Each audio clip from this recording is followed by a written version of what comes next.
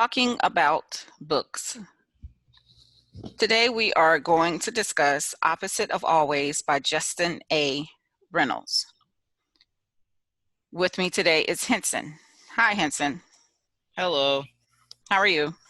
I'm fine. How are you? I'm well. So you read Opposite of Always by Justin A. Reynolds. How did you like the book? I thought it was a good book. Uh, it's kind of a love story. Main character, the main like protagonist, protagonist would be Jack. Hmm. Jack goes to this party with his friend the person he's been friends with a long time named Jillian, and he meets Kate at the party, and they hit it off. And something happens to Kate, and so he goes back in time, or time loops, and he keeps trying to fix what happened with Kate and his other friends, Franny and Jillian. Okay, so what age are these characters? S- Uh, Kate is, I'm pretty sure, a freshman in college, Hmm. and Jack, Franny, and Jillian are all seniors in high school. Oh, okay. Okay, so it would appeal to teen and young adult readers. I would think so, yes. Okay. Um, so you like the book. What about the book would appeal to other teenagers? I think that I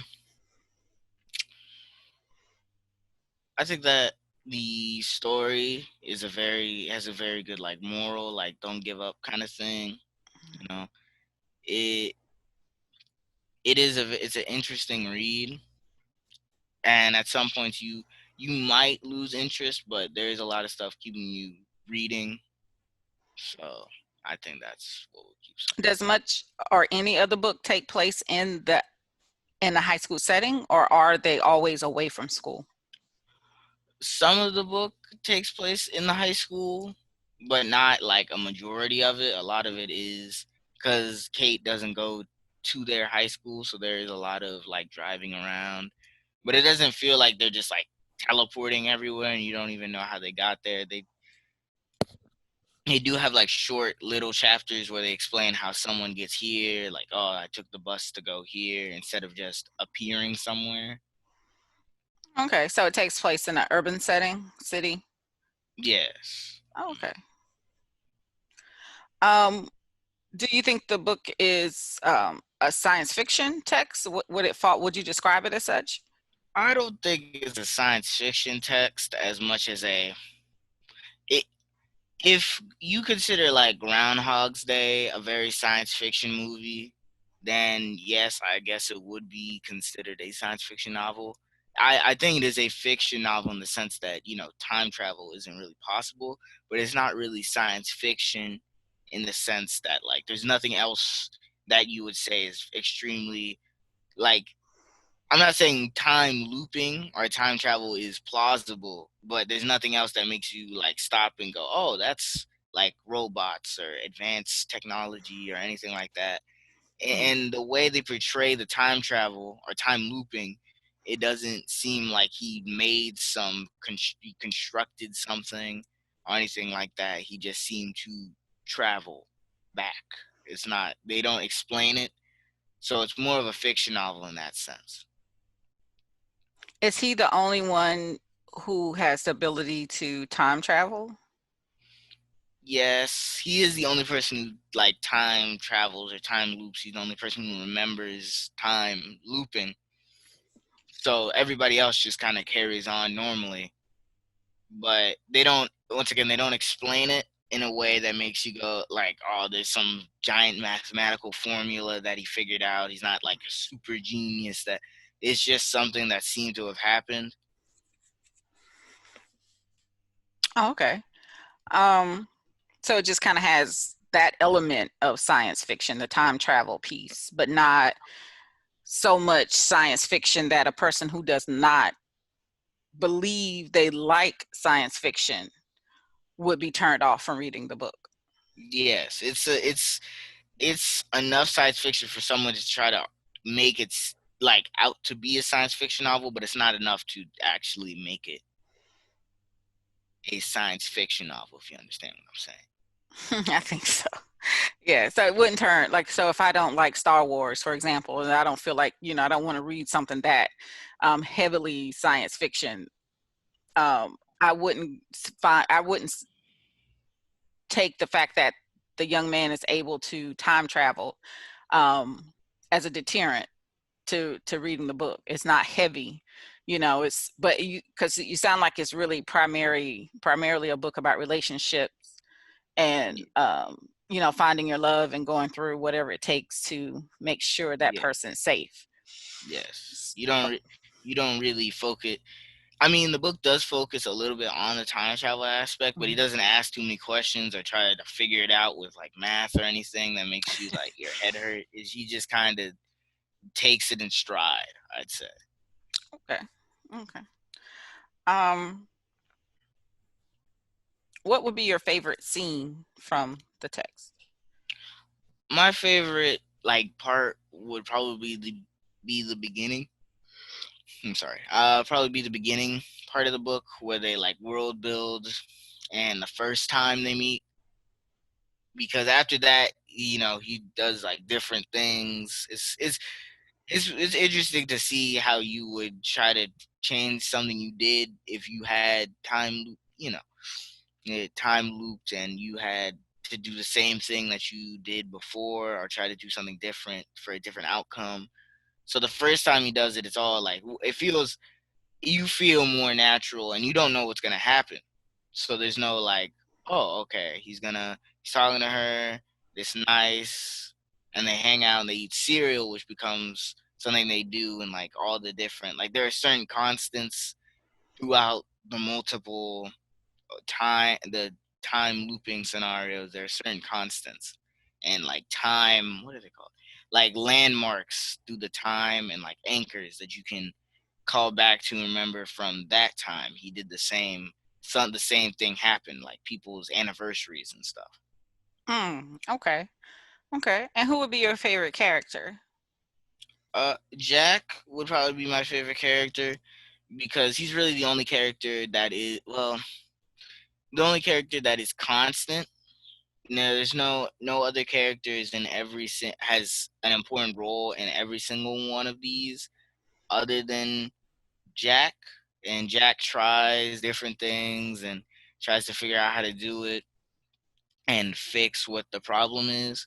So you kind of like you grow with him in the sense that you don't really get like it's not that the other characters are bad.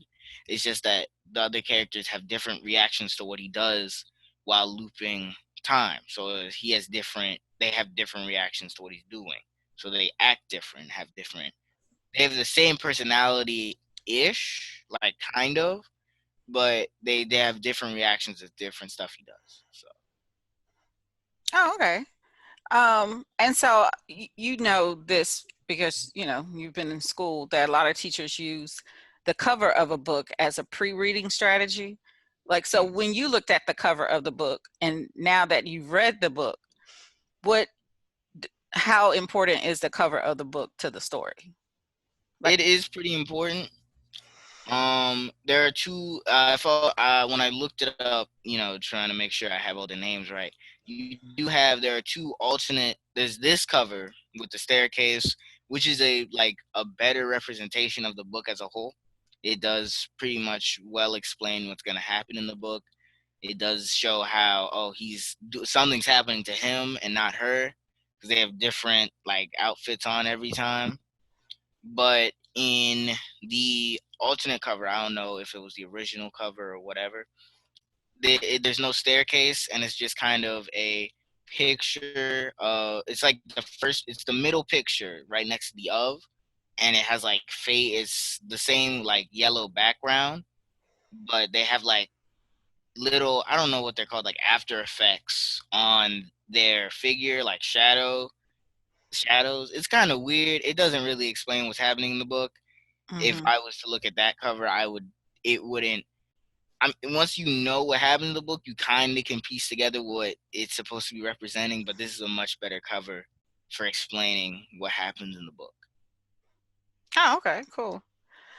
And finally, if you know, rating this book from a 1 to 10, where 1 is don't bother, don't buy, don't read, to a 10 where definitely go get it.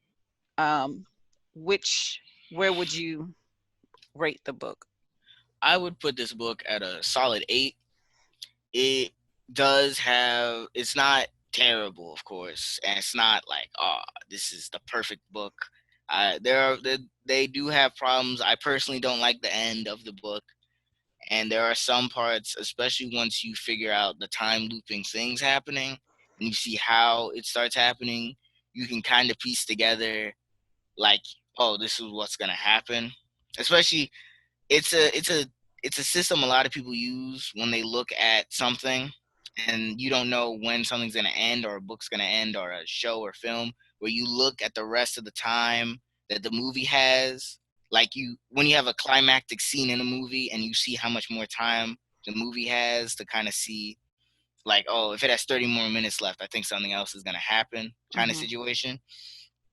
So you'll his first time loop is like in the on the like 100th page, and it's like it's a pretty big. I'm not gonna say big, but it's a decently sized novel. It's like 400 500 pages. So you're like, oh, so I think he's gonna figure something out, and that might key you off a little bit, especially if you liked the beginning as I did, and then he does all these different things, and you're like, how is he going to solve this, especially after a certain amount of time. So do it. I think he travels back 4 or 5 times in the book. That's actually like in detail, but the ending isn't as good as it could be, in my opinion. Um, but other than that, and the aforementioned middle part where you feel that it might get a little bit boring, it is a very good book. I'd give it that. It's a solid 8 on Oh, mine. okay. Okay. I forgot I did have another question. Would you could you argue this to also be an Afro-futuristic text because of the time travel and because the characters are predominantly African American It is a or of very color? I'm sorry. It is a very there is a large amount of African American characters in this book. The lead character and the other characters in the book, the other four. One is Dominican. I just thought you should know that. And but it's not Afrofuturistic at I wouldn't say at all, because it's a very, like, other than the time travel. If you took this book, like the beginning part, even the different time loop scenarios, you would just go, "Oh, I could see that happening." It's not something that's like super over compensating, or like, oh, they have these giant weapons that can blow up the. No, it's a very it's a they go to like Starbucks at one point. Like there's no supersonic speed or anything like that. Other than the time travel, it's not very science at all, and it's not in the time travel isn't really scientific or mathematic or in any way. So I wouldn't say it's Afrofuturistic. I'd say it's just an African American, a book that features people of color and African Americans. Okay, okay. Well, thank you very much for your time. Is there anything else about the book you wanted to share that I did not ask? Not really. It's most of the questions you asked covered the book pretty well. Um, it is a very good. It's a good book. There's a lot of relatable topics and things that happen in the book. And it's a book I would recommend. Okay. Well, thank you again. Stay tuned for the next installation of Talking About Books. Take care.